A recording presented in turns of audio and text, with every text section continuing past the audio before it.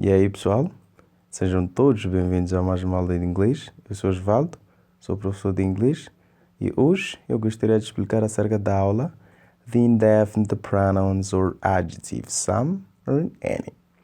Como podem ver, The Indefinite Pronouns, ou falar de Indefinite Pronouns, é o mesmo que falar de pronomes indefinidos, ok? Então, estamos para falar dos pronomes indefinidos. Nesse caso, o some e any, ok? Então, eu vou explicar aqui, passo a passo, acerca do some e do any, ok? Vou explicar como e quando usar os pronomes some e any, ok? O tema já ajuda com um detalhe, ok? É o The Indefinite Pronouns. Então, estamos a dizer que são pronomes indefinidos, ok? São pronomes que nós usamos para quando nós não vamos ser diretos ao falar de uma coisa, ok? Então, estamos a dizer que são pronomes que nós usamos para não falar de uma coisa específica, não dizer exatamente a coisa em si, ok? Então, vamos usar o some e o any, nesse caso, nas frases, dependendo das circunstâncias. Então, vou explicar essa aula. Então, convido-la a ficar até o fim do vídeo e prometo que vai gostar muito, ok? Prometo que vai gostar muito. Então, acompanhe. We generally use some with affirmative sentences, ok? O some é geralmente usado com frases do afirmativo. Mas primeiro, o que significa o some? Some pode ser traduzido como algum ou alguma, ou alguns ou algumas, ok? Então, estamos a dizer que o some pode ter estes significados, ok? Some pode significar algum, alguma ou alguns, algumas, ok? Então, o N geralmente ganha o significado a partir do some, ok? Por quê? Porque nós tendo dito aqui que o some é usado para frases do afirmativo, então o N faz papel do some, mas isso nas frases negativas e interrogativas. Mas vamos perceber isso bem ao longo da explicação. Então, vamos continuando, ok? For example, I have some English books at home. Como podem ver, temos some, porque a frase está no afirmativo. They want to get some new shoes at the mall. We saw some beautiful girls at the town yesterday. Mary bought some red slippers at the shop in the morning. Então, temos aqui 4 frases, todas elas no afirmativo, ok? Eu tenho alguns livros de inglês em casa. Eles querem comprar novos sapatos na loja. We saw some beautiful girls at town yesterday. Nós vimos algumas moças bonitas na cidade ontem. E temos aqui o último exemplo que diz Mary bought some red slippers at the shop in the morning. Mary comprou alguns chinelos vermelhos na loja de manhã, ok? Então, temos o some usado em frases do afirmativo. Se eu tiver que colocar todas essas frases no negativo ou mesmo interrogativo, o detalhe crucial é saber que o some é só usado mesmo no afirmativo. Então, eu teria que substituir o some colocando any, como já tínhamos dito no início, right? Então, continuando. We generally use any after a negative verb with the interrogative sentences. Como podem ver, any para frases de negativo e interrogativas, ok? For example, I haven't any English books at home, right? Então, vamos usar os mesmos exemplos para melhor compreenderem. Então, porque está no negativo, nós tivemos que substituir some colocando any. They don't want to get any new shoes at the mall. Mesma coisa, porque a frase está no negativo, nós tivemos que colocar any. We didn't see any beautiful girls at town yesterday. A mesma coisa, any, porque a frase está no negativo. Mary didn't buy any red slippers at the shop in the morning. Como podem ver, a mesma coisa. Então, aqui está o uso do any. O any faz papel do some, mas, como já tínhamos dito, ok? O any é só mesmo para frases do negativo e frases do interrogativo. Continuando no interrogativo agora, ok? Vamos ver as frases, ou as mesmas frases, já no interrogativo. For example, have I any English books at home? Do they want to get any new shoes at the mall? Did we see any beautiful girls at town yesterday? Did Mary buy any red slippers at the shop in the morning? Então, como podem ver aí, todas elas estão no interrogativo. Então, nós tivemos que colocar o any no lugar do some, ok?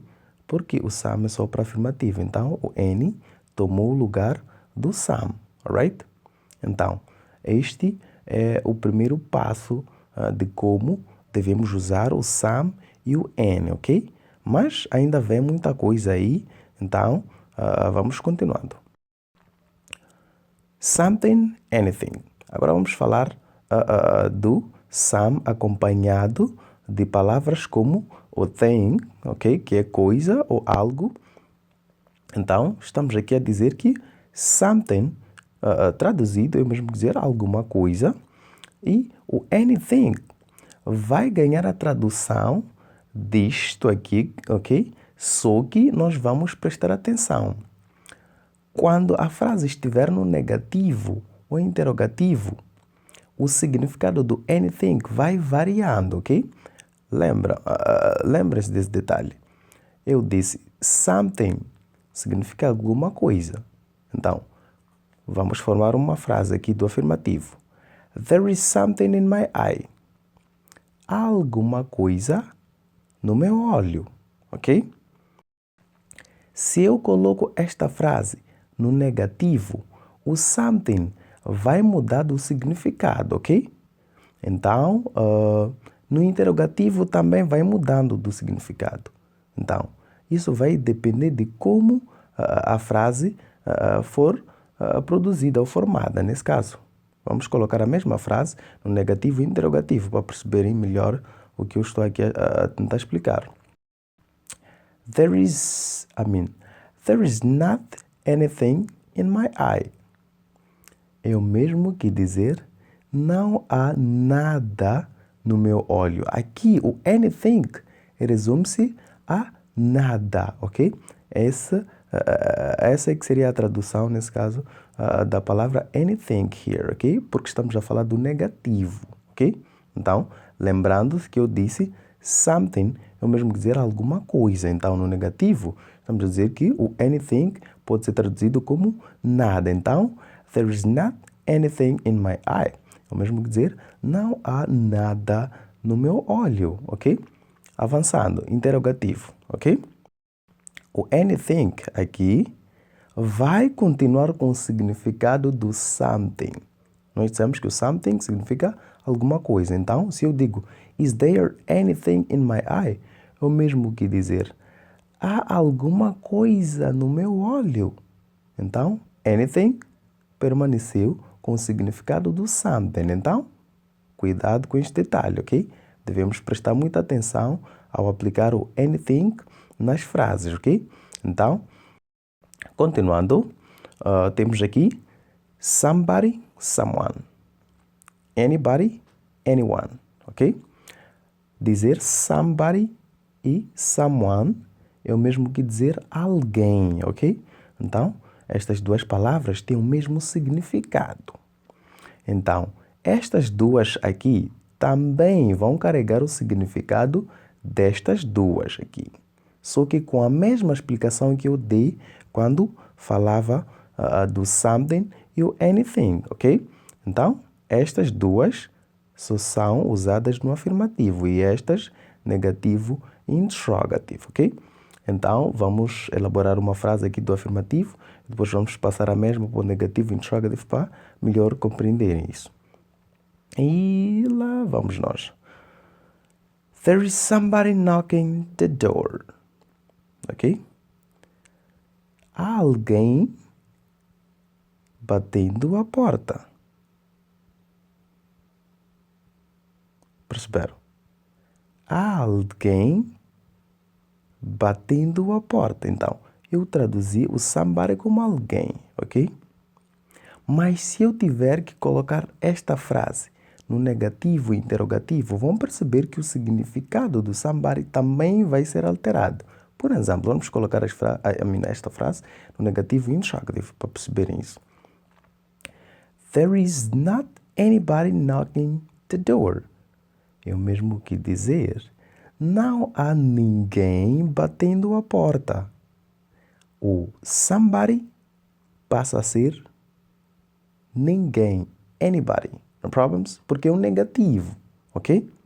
Mas se eu coloco a mesma frase, esta frase, no interrogativo, fica assim. Is there anybody knocking the door? Então, se for para traduzir, vão notar que o anybody vai continuar com o mesmo significado de alguém. Então, isso fica alguém batendo a porta. Então, anybody permaneceu com o mesmo significado do somebody, ok?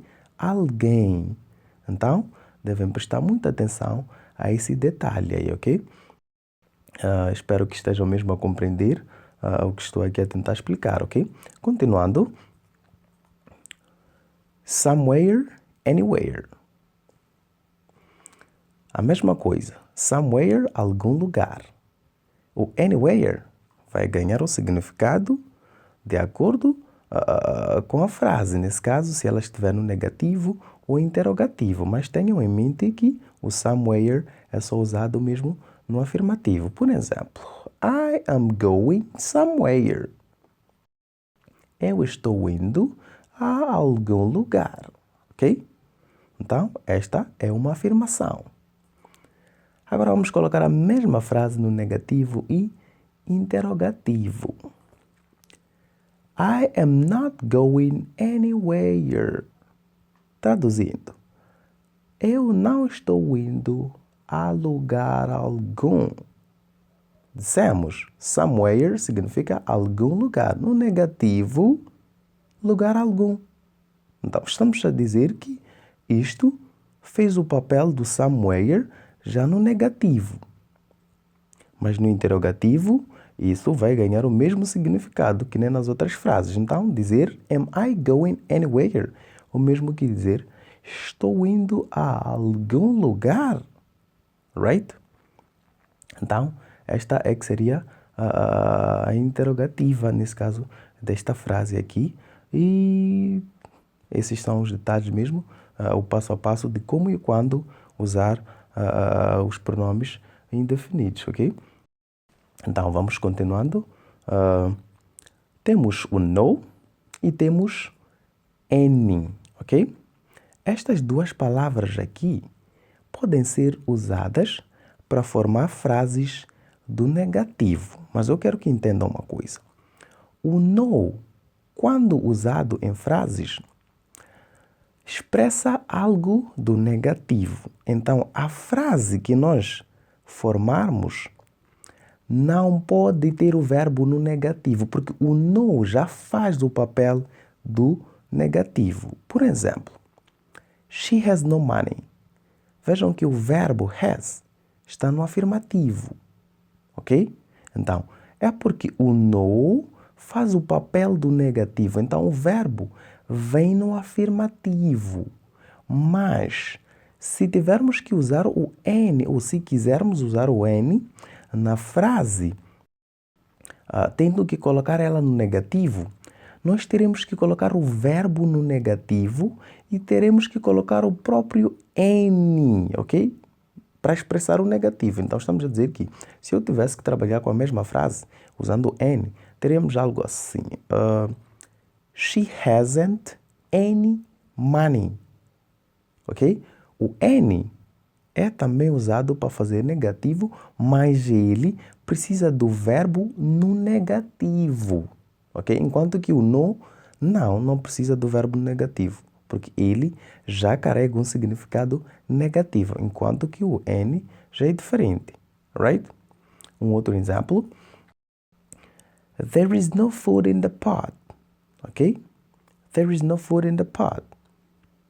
Como podem ver, o is está no afirmativo, porque o no já faz o papel do negativo. Então a frase fica There is no food in the pot. Mas se eu tivesse que usar o any, aí a situação mudava.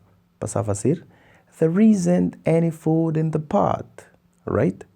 Então, aqui, porque o any não expressa só o negativo, ele precisou mesmo do verbo no negativo, que é para, nesse caso, formar o negativo. Isso acontece também para palavras como nothing e anything, right? Estas duas palavras aqui.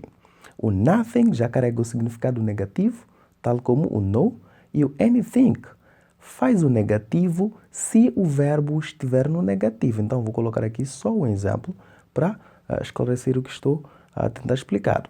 Então, temos aqui I have nothing to give you. Como podem ver, o verbo está no afirmativo e o nothing a fazer o papel do negativo, to give you. E o anything, I haven't anything to give you. Como podem ver, o verbo teve que ser conjugado no negativo, só depois disso é que colocamos aqui o anything e o complemento da frase, right? Então, espero mesmo que esteja a gostar muito da aula, ou que tenha gostado muito da aula e tenha captado mesmo todo o passo, detalhe por detalhe. Caso não tenha mesmo pescado algum detalhe, é só mesmo tentar puxar a partinha que não tiver sido clara e tentar mesmo garantir com que entendas todos os detalhes, ok? É uma aula muito interessante, espero mesmo que tenha ajudado muito, ok? Então, por hoje é tudo e muito obrigado, até mais.